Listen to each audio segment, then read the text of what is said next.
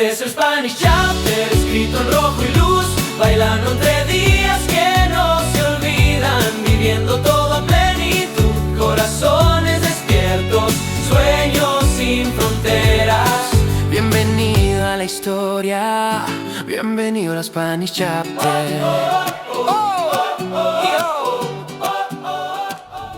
Hello, salut! Bună!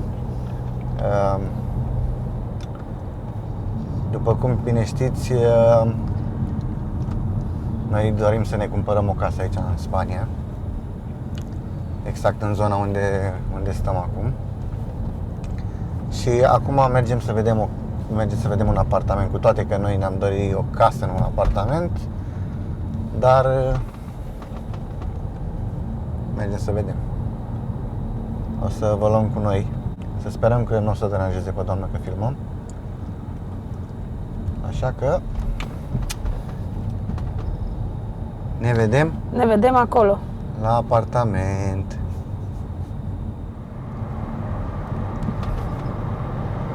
Mi se pare o zonă foarte liniștită, adică e la 15 minute de Gandia. Da, cam așa, de condus. Da, de condus. Da, ceea ce nu e Satul foarte sau orașul, cred că e sat, nu știu ce e, dar se numește Piles. E foarte liniștit. Nu sunt multe blocuri, aici e câmp, în partea asta sunt dealurile și în partea stângă, nu putem să vă arătăm acum că nu o să se vadă oricum nimic, dar aici în stânga e marea. La câteva minute de mers cu mașină.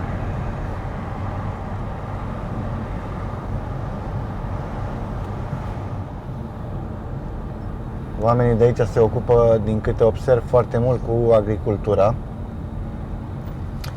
În general, citrice. Mai mult pom fructifer și în general citrice. În general citrice, dacă vedeți peste tot,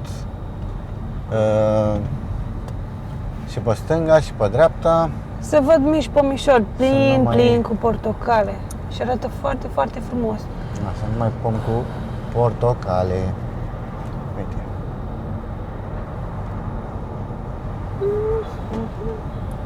Nouă ne place zona asta, suntem îndrăgostiți de zona asta, tocmai de-aia vrem să ne cumpărăm o casă în zona asta. Nu știm exact unde, într-unul dintre sătucele astea, dar nu știm exact unde. Acum intrăm în Miramar. Miramar tot la fel, nu cred că este oraș, este sătuc, dar e prea mic să fie oraș, părerea mea. Bine, într-adevăr, începe puțin mai în dreapta noastră, unde suntem acum, și se termină la mare, dar tot nu mi se pare foarte mare, adică mult mai mic ca Gandia oricum. E un mini orășel, poate. Da, nu cred că e un sătuc ceva. Aici deja s-a terminat Miramar. Bine, el merge până departe încolo. Da.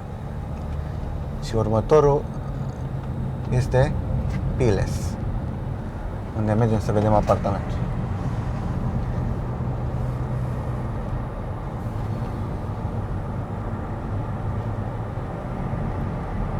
De frumos sunt, nu? Parcă îți vine să te oprești să iei o portocală direct. Da, parcă îmi vine. cum te oprești la noi în România să iei un măr de la cineva din copac. Ei, nu, oricum nu cred că s-ar supăra sau ar spune cineva ceva pentru o portocală. Nu, dar na.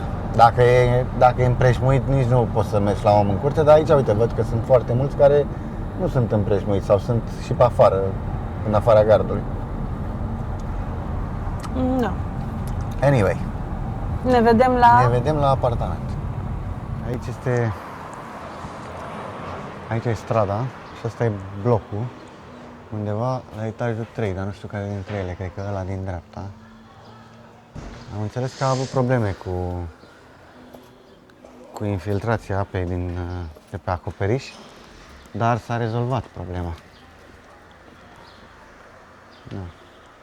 Aici au problemă, din câte văd, cu parcările. De-abia am găsit parcare aici.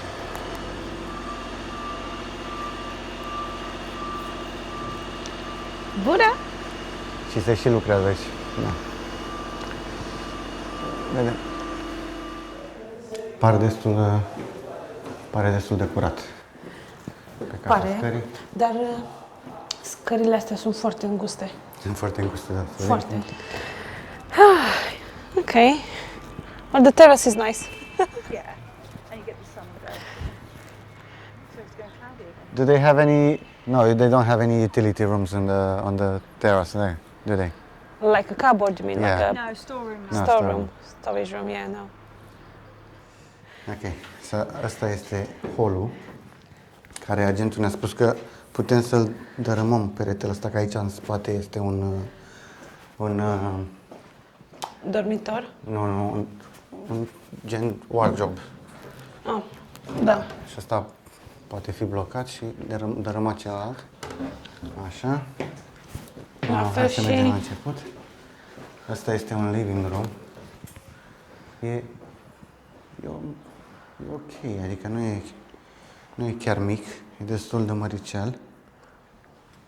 Dacă merg în colț aici o să vezi, este destul de mare. Din câte am înțeles, ăsta poate fi dărâmat și făcut din 4 camere, 3 camere, că ăsta are 4 dormitoare și un living.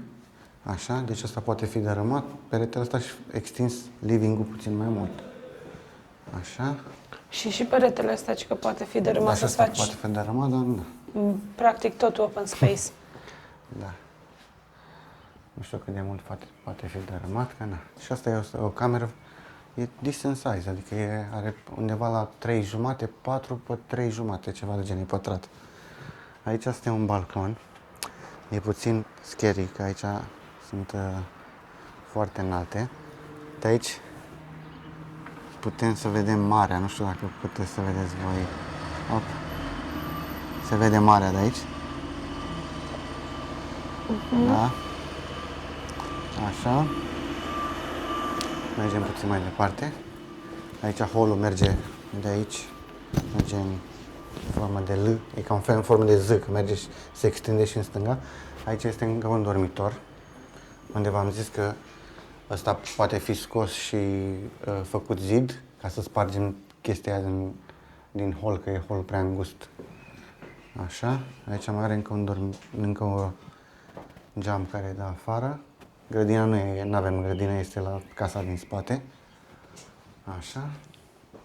Aici am un dormitor foarte mic. E foarte mic dormitorul ăsta.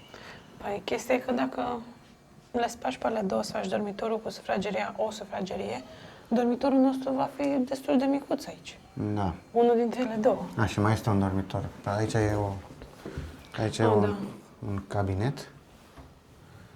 Așa, aici mai este un balcon care e închis, gen e utility room. Da. Zona unde acum 500 de ani se spăla la mână pe Da, dar chestia asta merge dărâmată și poți să pui aici mașina în spălat și uscătorul. Aici e bucătăria, care mi se pare foarte îngustă. Foarte îngustă, dar, cum am zis, pereții merg sparți. Și poți să faci puțin mai deschisă. Numai că după aia o să intri din ăsta direct în baie, o să intri din bucătărie în baie. Baia, bineînțeles, trebuie refăcută. Are cabina de duș așa, dar trebuie refăcută. Așa. Are un boiler aici. Tavanul se jupuiește în Da, baie. tavanul se... Da, în baie. Da, am înțeles că a fost o problemă cu apa, s-a infiltrat apa, dar acum câțiva ani, dar au rezolvat. Ca să înțelegeți care e treaba, aici nu stă nimeni de 5 ani de zile. De-aia nu a mai fost făcut nimic aici. Asta e un dormitor, dar e cam micuț, dar bine, dacă pui patul într-un colț și ceva, e ok, dar numai că aici e un unghi ciudat. Da, nu e peretele drept Nu e în spate, peretele e drept. cumva... Are un pic de unghi. Da, dar... Na.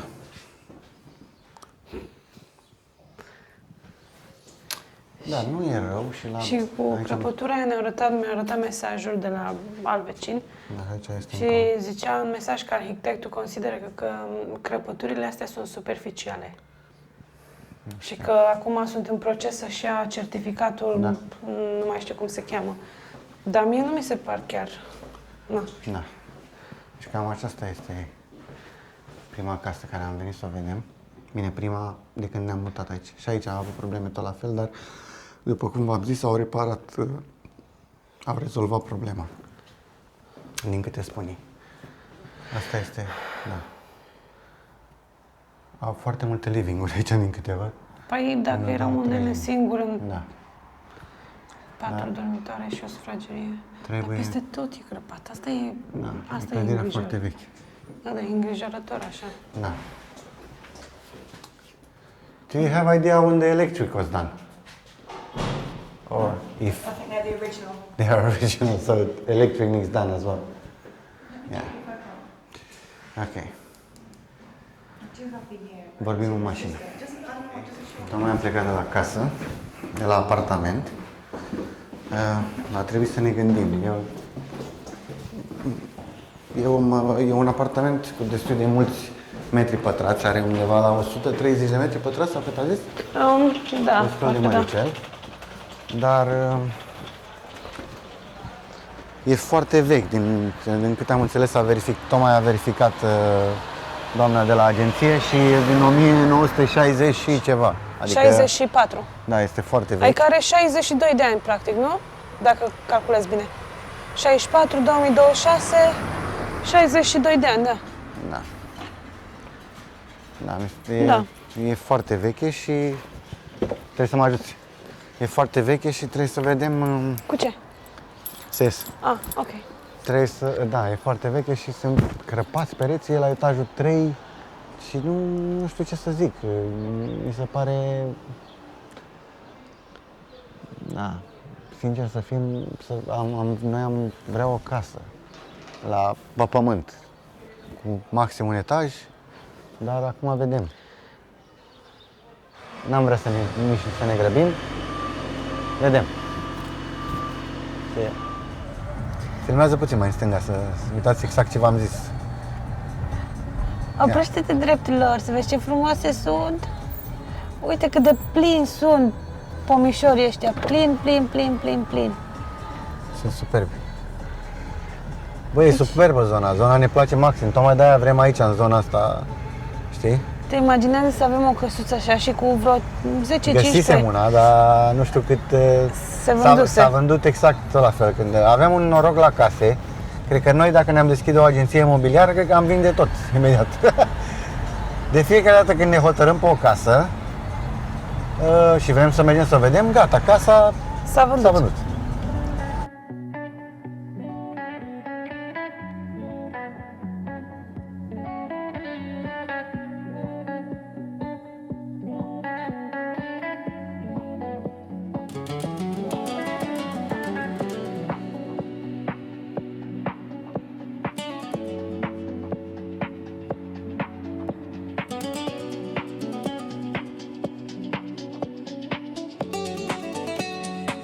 Yo tengo un flow que te hipnotiza, mueve la cabeza al ritmo de la brisa.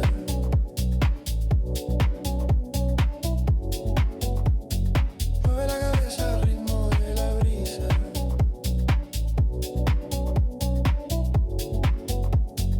Mueve la cabeza al ritmo de la brisa.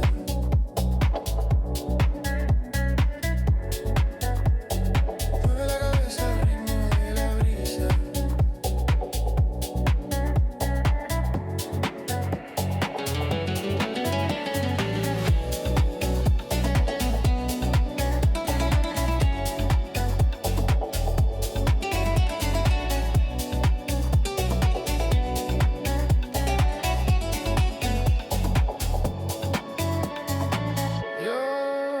Yo tengo un flow que te hipnotiza, mueve la cabeza al ritmo de la brisa. Mueve la cabeza al ritmo de la brisa. Mueve la cabeza al ritmo de la brisa. Mueve la cabeza al ritmo de la brisa. La brisa.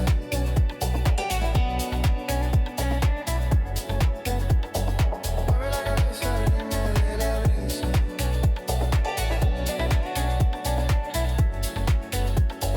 Mueve la cabeza al ritmo de la brisa.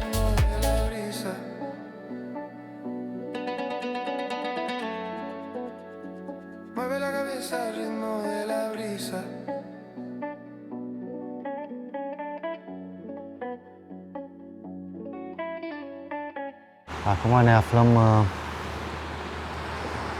în plaja din Miramar și Am vrut să vedem cum e am vrut să vedem cum e, da. plaja asta de aici. E foarte, e micuță. E mai mică ca cea din Gandia, Da, mult nu mai e mică, lată. mult mai mică. Dar, da, și nu e așa curată ca cea din Gandia. Dar nu e foarte rău. Uite, aici este o faleză.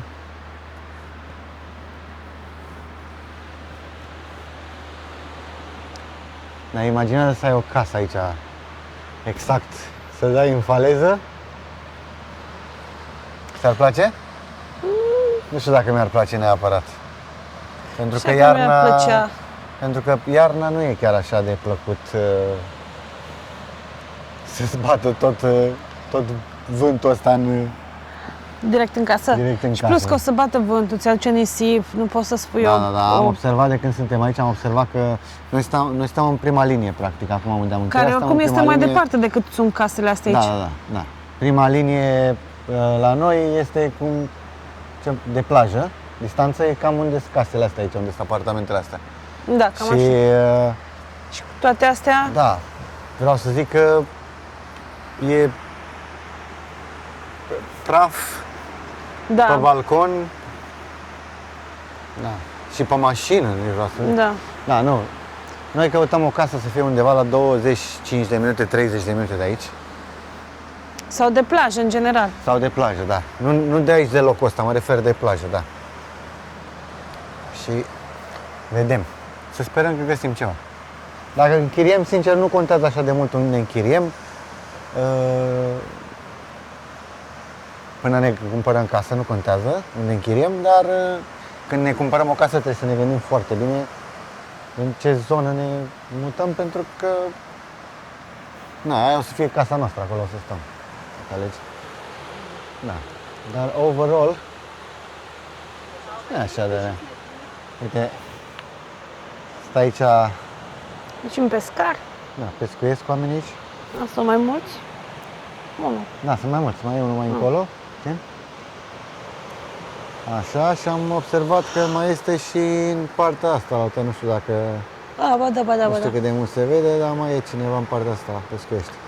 Casele astea sunt frumoase, dar așa pentru vacanță, când vii să stai o săptămână, 2, 3, să te bucuri la maxim de toată perioada aia, dar așa să stai de zi cu zi Da. cu zi, nu cred că e Anyway, am vrut să vă arătăm și plaja asta. Sănătate! adevărat. Am vrut să vă Mulțumesc! arătăm și plaja asta din Miramar, să vedeți cum este. Sperăm că vă place conținutul nostru. O să încercăm să vă luăm cu noi la fiecare experiență care o avem aici. Da, suntem focusați pe căutat case, Numai că momente. ne-a zis și agentul, ne-a zis că casele în ultimele 6 luni s-au scumpit cu cel puțin 20%. Și de-aia ne e greu, cred că, să Nu, în găsim. ultimul an. În ultimul an, da? Da. În ultimul an s-au scumpit cu 20%, cu cel puțin 20% și da, acum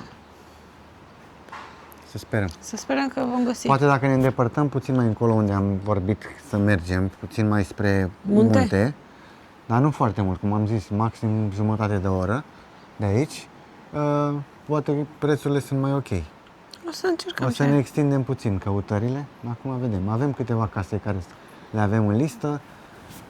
Unele am încercat să le vedem, dar ne-au dat agenții câteva detalii despre ele care nu ne-au convenit. Și nici n-am mai fost să le vedem, Nici că n-avea- n-avea nici rost să n-avea ne pierdem Era o timpul. casă care era ok. Eu vedeam potențial în ea. Dar nici nu aveai loc unde să parchezi mașina, adică nu aveai loc în fața casei sau era o stradă foarte îngustă, era o pietonală cum ar fi. Da, nu aveai loc practic nici să conduci, nu să parchezi, Da. dar să conduci, nu era loc Era o efectiv. stradă pietonală și nici nu avea rost ca să mergem acolo, pentru că Cine știe unde trebuia să parchezi, cât aveai de mers pe jos. la ce bani ne permitem noi să ne cumpărăm o casă, sunt conștient că toate casele care sunt la prețul ăsta sunt pentru renovat, dar eu înțeleg treaba asta, dar Nici măcar nu e vorba despre asta, e vorba că nu are rost să-ți iei o casă care să nu-ți ofere confortul. da.